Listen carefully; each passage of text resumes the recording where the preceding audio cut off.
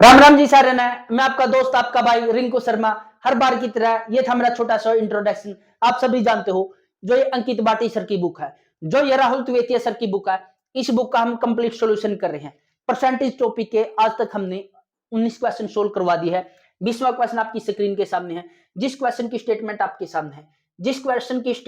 सामने है, जिसमें दे रखा है यदि 400 का 25% प्लस में 1260 का 35% प्लस में 1860 का 27% बराबर है, यानी कि 1020 प्लस एक्स है, तो एक्स का मान बताइए। मेरे भाई जब भी आपको इस टाइप का क्वेश्चन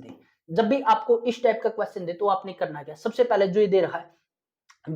400 का 25%। अगर मैं आपसे पूछूं कि 400 का 25% कितना होता है, 400 का 25% कितना होता है, यानी कि आपको सिर्फ इस प्रतिशत को हटाने के लिए आप बीच में बटे में 100 कर दो। इस प्रतिशत को हटाने के लिए मैंने बटे में 100 कर दिया। इन दो जीरो से मैंने काट दी, ये दो जीरो, ऊपर क्या रह गया 4 और इस साइड क्या रह गया 25। इस 4 की और 25 की अगर मैं मल्टीप्लाई करता हूं तो कितने आ जाएगा 100, यानी कि आप कहोगे सर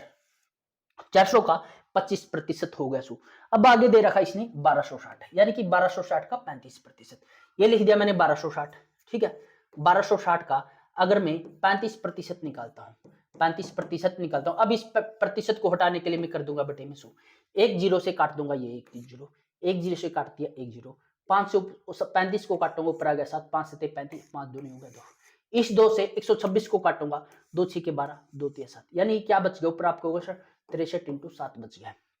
63 और 7 बच गया। अगर मैं 7 की 63 के साथ गुणा करता हूं तो 7 तिया कितना होता है, आप कहोगे सर 21 होता है। 7 छिके कितना होता है 42, 42 और 2 कितना होता है 44, यानी कि आप कहोगे सर 1260 का 35% 441 होता है। 1260 का 35% कितना होता है 441। इसी हिसाब से अगर मैं आपसे पूछूं 1800 का 27% क्या होता है, 1800 का 27% क्या होता है, आपको सर प्रतिशत को हटाने के लिए मैंने कर दिया बटे में 100। इन दो जीरो से काट दी, ये दो जीरो, अब मेरे पास क्या बच गया, आप कहोगे सर 18, इस साइड बच गया 27। 27 को अगर मैं 20 प्लस 7 लिखता हूँ, 27 को अगर मैं 20 प्लस 7 लिखता हूँ, क्यों लिखा, ताकि कैलकुलेशन करने में आसानी हो। अब मेरे भाई 18 की और 20 की मल्टीप्लाई करूंगा तो कितना होगा, 18 दूनी कितना होता है 36, यानी कि कितना होगा 360। फिर 18 की और 7 की मैं कैलकुलेशन करता हूँ, 7 और 8 कितना होता है 56, यानी कि हासिल के 5, 7 एकम 7 और 5 कितने हो गए 12, यानी कि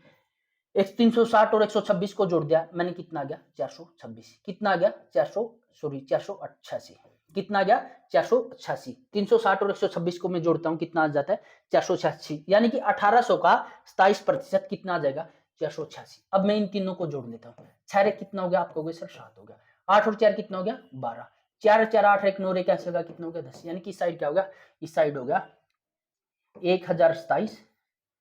आगे क्या था, ये बराबर का निशान था, ये मैंने लगा दिया। आगे बोल रहा है 1020 प्लस एक्स, यानी कि 1020 में प्लस में हो गया एक्स। अगर मैं इस एक्स की वैल्यू निकालता हूं तो 1027 में से ये 1020 घट जाएगा, 1027 में से 1020 को मैंने घटा दिया, कितना बच गया 7, यानी कि एक्स की वैल्यू कितना है 7, यानी कि अपने क्वेश्चन का आंसर कितना गया 7। 7 का मतलब होता है, 7 का मतलब है option number A is right answer, option number A is right answer. जो 6 से 10 के बीच में है तो क्या आता 7, यानी कि option number A is right answer. उम्मीद करता हूं ये कैलकुलेशन आपको जरूर अच्छी लगी है, क्वेश्चन आपको जरूर समझ में आया होगा। अब हम चलते हैं नए क्वेश्चन की तरफ, अब हम चलते हैं इस टॉपिक के नए क्वेश्चन की तरफ, जिसकी स्टेटमेंट आपको दे रखी है। मैं एक बार थोड़ा जूम कर लेता हूं,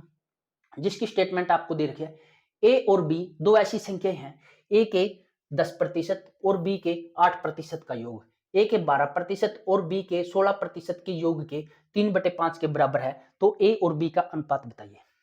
मेरे भाई मेरे दोस्त, जब भी आपको इस टाइप की गोल मोल स्टेटमेंट दी जाए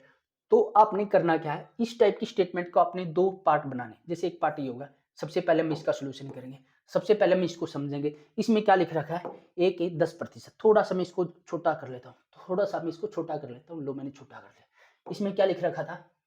ए के 10%, मैंने लिख दिया ए का 10%, ठीक है। बी के 8%, यानी कि ये लिख दिया बी का 8% का योग का मतलब है जमा, बराबर में ए के 12%, ये मैंने लिख दिया ए का 12%, ठीक है। फिर आगे लिखा रखना बी के 16%,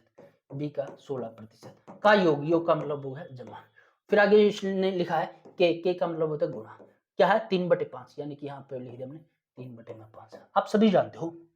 आप सभी को पता है बीच में बराबर का निशान है, यहाँ भी प्रतिशत है, यहाँ भी प्रतिशत है, यहाँ भी प्रतिशत है, यहाँ भी प्रतिशत। अगर मैं इस प्रतिशत से ये प्रतिशत, इस प्रतिशत से ये प्रतिशत, ये प्रतिशत, यानी कि मैंने प्रतिशत काट दिया। ऊपर क्या बच गया आपको सर, ऊपर बच गया 10a प्लस का निशान है, फिर क्या बच गया 20 की, b की और 8 की गुणा करता हूं तो क्या बच गया 8b, फिर बराबर का निशान है 12 लिख दिया, फिर क्या बच गया 12 की और a की गुणा करी तो 12a, फिर जमा का निशान है जमा लिख दिया, फिर क्या बच गया 16 की और b की गुणा करी तो 16b, यहाँ इनकी मल्टीप्लाई कर दी 3/5 से, 3/5 से मल्टीप्लाई कर दिया। अगर मैं इस 3 की इस 12 के साथ गुणा करता हूं तो कितना आ जाएगा 12 या 36 से, बटे में ये जो 3 के बटे में 5 था तो ये यहाँ पे लिख दिया, उसके बाद प्लस का निशान है, प्लस का निशान। अगर मैं इस 3 की और 16 की गुणा करता हूं तो कितना आ जाएगा 16 की 48, यानी कि 48 भी बटे में 5। इस साइड कितना था आपको सर, इस साइड था 10a प्लस में 8b, 10a प्लस में 8b।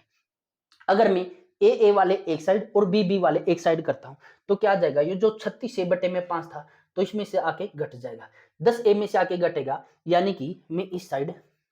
10a माइनस 36a बटे में 5 घटाता हूं तो क्या आ जाएगा, 5 ना कितना होता 50, इस 50 में से, इस 50a में से मैं 36a घटाता हूं तो क्या आ जाएगा आपको सर 14a बच जाएगा, इस साइड क्या बच जाएगा 14a बटे में 5। उसके बाद क्या है, उसके बराबर में क्या है, अगर मैं 48b बटे 5 में से इस 8b बटे 5 को घटाता हूं तो क्या आ जाएगा आपको सर 8 पंजे 40, यानी क्या या इधर क्या हो जाएगा 40b, इस 48b में से 40b घट गया, क्या रह गया 8b, क्या रह गया 8b बटे में 5। आपको पता है बीच में बराबर का निशान है तो मैं इस 5 से ये 5 काट दूंगा, 2 से काटा 2 सते 14, 2 चौके 8, यानी कि इस साइड क्या बच गया आपको सर, इस साइड बच गया 7a बराबर है 4b, क्या है 7a बराबर 4b, ठीक है। अगर मैं a और b की वैल्यू निकालता हूं तो b a के बटे में हो जाएगा, यानी क्या हो जाएगा a बटे में क्या हो जाएगा a बटे में b हो जाएगा, और जो 7 गुणा में था ये 4 के भाग में हो जाएगा, यानी क्या हो जाएगा 4/7, यानी कि a का मान है 7, b की वैल्यू 7, यानी कि आंसर क्या होगा 4/7, 4/7 का मतलब है option number B is right answer, option number B is right answer. उम्मीद करता हूं ये क्वेश्चन भी आपको जरूर समझ में आया होगा। अब हम चलते हैं नए क्वेश्चन की तरफ, जिस क्वेश्चन की स्टेटमेंट दे रखी है, जिस क्वेश्चन की स्टेटमेंट आपको दे रखी है, थोड़ा सा मैं जूम करके दिखा देता हूं, थोड़ा सा मैं इस क्वेश्चन को जूम करके दिखा देता हूं। लो इसमें दे रखा है, हो जा भाई हो जा, होना तो पड़ेगा तुझे, ठीक है। डिसिप्लिन में तो आपको लगना पड़ेगा, या तो खुद लगने का कष्ट कर ले और ना लगाने का कष्ट हमने करना पड़ेगा। अब इसने क्या बोल रखा है, दो संख्याएं हैं, ठीक है,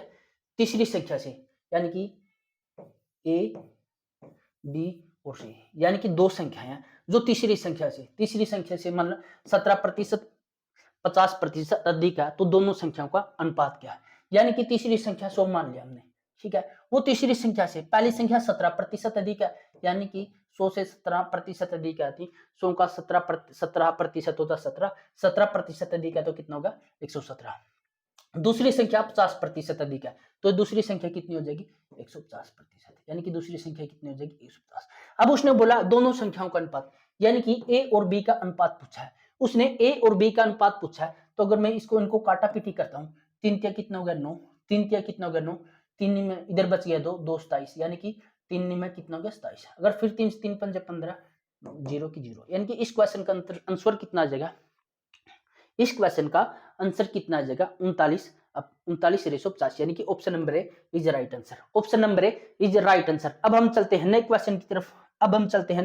तरफ, उम्मीद करता हूं यह क्वेश्चन भी आपको जरूर अच्छा लगा होगा। अब हम चलते हैं नए क्वेश्चन की तरफ, जिसकी स्टेटमेंट आपको दे रखी है, किसी एक निश्चित संख्या का 45% दूसरी के 6/5 के बराबर है तो संख्याओं का अनुपात क्या होगा। थोड़ा सा जूम करके दिखा देता हूं फिर भी, ताकि आपको किसी भी प्रकार की परेशानी का सामना ना करना पड़े, क्वेश्चन की स्टेटमेंट पढ़ते समय आपको किसी भी परेशानी का सामना ना करना पड़े। यानी कि यदि कोई संख्या है, यदि किसी संख्या का, यदि एक निश्चित संख्या है, उस संख्या का 45% दूसरी संख्या के 6/5 के बराबर है तो संख्याओं का अनुपात क्या होगा। मान लो वो निश्चित संख्या का क्या मानूंगा, वो निश्चित संख्या मान ली मैंने x, ठीक है, वो निश्चित संख्या मान ली मैंने x, x का मतलब हो गया गुणा 45%, ये मैंने 45 लिख दिया, प्रतिशत को हटाने के लिए मैं करता हूं बटे में 100, प्रतिशत को हटाने के लिए मैंने कर दिया बटे में 100, ठीक है, बराबर में दूसरी संख्या मान ली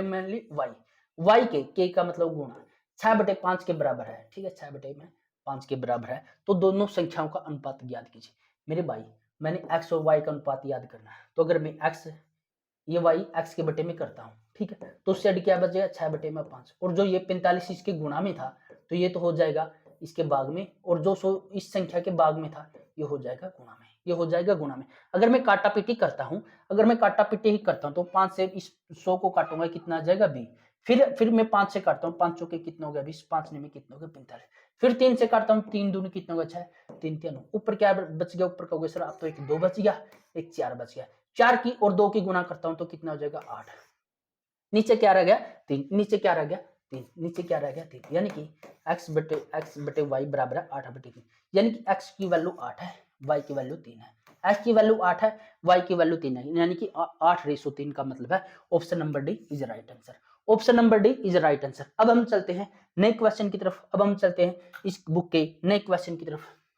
जिसमें दे रखा है इजी क्वेश्चन है, पहले भी इस टाइप का क्वेश्चन आ रखा है, उसको मैंने सोल्व करा दिया, शायद ये 7वां पता नहीं 8वां क्वेश्चन है। चलो अब हम इसको ट्रिक के देख, अब हम इसको करेंगे ट्रिक से, यानी कि एक बार स्टेटमेंट पढ़ लो, गलती से किसी धनात्मक बिन के स्थान पर इसका व्युत्क्रम टाइप हो जाता है, मान ये कहना चाहता है कोई संख्या लिखनी थी आपने, मान लो कि कोई संख्या आपने 20 लिखनी थी, ठीक है, और गलती से इसका व्युत्क्रम लिखा गया, यानी कि 20 लिखनी थी, इसका व्युत्क्रम कितना हो जाएगा 1/20 हो जाता है, ठीक है, यही बताना चाहता है, यानी कि कोई संख्या लिखनी थी और आपने गलती से उसका उल्टा लिख दिया, तो क्या होता है गलती से किसी धनात्मक बिन के स्थान पर इसका व्युत्क्रम टाइप हो जाता है, और इस तरह से इस संख्या के मान में 175/4% की कमी हो जाती है, तो बिन का मान ज्ञात कीजिए। मेरे भाई अगर मैं आपसे एक बात पूछूं 175/4 क्या होता है, आप कहोगे सर 175/4%, अगर मैं इस प्रतिशत को हटाता हूं तो क्या करूंगा बटे में 100 कर दूंगा, यानी कि क्या हो जाएगा 175/400, अगर मैं काटा पीटी करता हूं तो क्या कर दूंगा 25 सत्ते 25 छिक्का 150, 25 सत्ते 175, और 25 चौका कितना होता है 100, 25 अट्ठे 200, 200 200 यानी कि 400, ऊपर क्या बच गया 16, नीचे क्या बच गया 7, यानी कि आपने वो संख्या को 16 लिखना था, आपने उस संख्या को 16 लिखना था, लेकिन आपने गलती से उस संख्या को व्युत्क्रम में लिख दिया, जिससे 175/4% की कमी होगी, यानी कि 7 की कमी होगी, तो आपने क्या लिखा है 9 लिखा है, तो आपने क्या लिखा है 9 लिखा है, तो आपने बिन बतानी, अब आपने करना क्या है जो 9/16 लिखा है इसका वर्गमूल कर दोगे, इसका वर्गमूल करोगे तो 9 का वर्गमूल कितना होता है 3, 16 का वर्गमूल करोगे तो कितना होता है 4, यानी कि 3/4 आंसर है, यानी कि 3/4 आंसर है, यानी कि option number C is right answer, option number C is right answer. अब चलते हैं नए क्वेश्चन की तरफ, अब हम चलते हैं नए क्वेश्चन की तरफ, जिस क्वेश्चन की स्टेटमेंट आपको दे रखी है, जिस क्वेश्चन की स्टेटमेंट आपको दे रखी है, ए और बी के वेतनों का योगफल, ए और बी के वेतनों का योगफल 43,000 है, ठीक है 43,000 है, ए अपने वेतन का 95% खर्चता है और बी अपने वेतन का 80% खर्च करता है, यदि उनकी बचत समान है तो ए का वेतन कितना है, तो ए का वेतन कितना है मेरे भाई, ए और बी दोनों दोस्त है, उन दोनों को वेतन का योगफल 43,000 है, ए अपने वेतन का 95% खर्च देता है, तो ए का वेतन कितना बच गया, आप कहो सर ए अपने वेतन का 5% बचाता है, ठीक है, ए क्या करता है अपने वेतन का 5% बचाता है, और बी अपने वेतन का 80% खर्चता है, तो बी क्या करता है, आप कहोगे सर बी अपने वेतन का 20% बचाता है, यानी कि 100 में से उसने 80 खर्च दिया तो 20% ही बचा। अब मैं करता क्या हूँ इस 5 से काटता हूँ, 5 एकम 5, 5 चौके 20, यानी कि क्या होगा 1 गुणा में 1 बी गुणा में 4, अगर मैं इस बी को एक नीचे लेके आता हूँ तो क्या हो जाएगा ए बटे में बी, क्या हो जाएगा ए बटे में बी, ठीक है, इस साइड कितना था 4, ये जो ए इसके गुणा में था तो ये आ जाएगा भाग में, ठीक है, यानी कि ए की वैल्यू 4 है, बी की वैल्यू 1 है, ए का मान 4 है, बी का मान 5 है, बी का मान 1 है, अगर मैं इन दोनों को वेतन को जोड़ता हूँ 4 और 1 कितना हो जाएगा 5, 4 और 1 कितना हो जाएगा 5, 5 की वैल्यू कितनी दे रखी है 43,000, 5 की वैल्यू कितनी दे रखी है आपको सर 43,000, फिर हमने करना क्या है ए का वेतन निकालना, यानी कि कर देंगे गुणा में 4, कर देंगे गुणा में 4, अगर हम इसको कैलकुलेशन करेंगे तो अपना आंसर आ जाएगा, अगर हम इसकी काटा पीटी करेंगे तो अपना आंसर आ जाएगा, देखते हैं हम काटा पीटी करके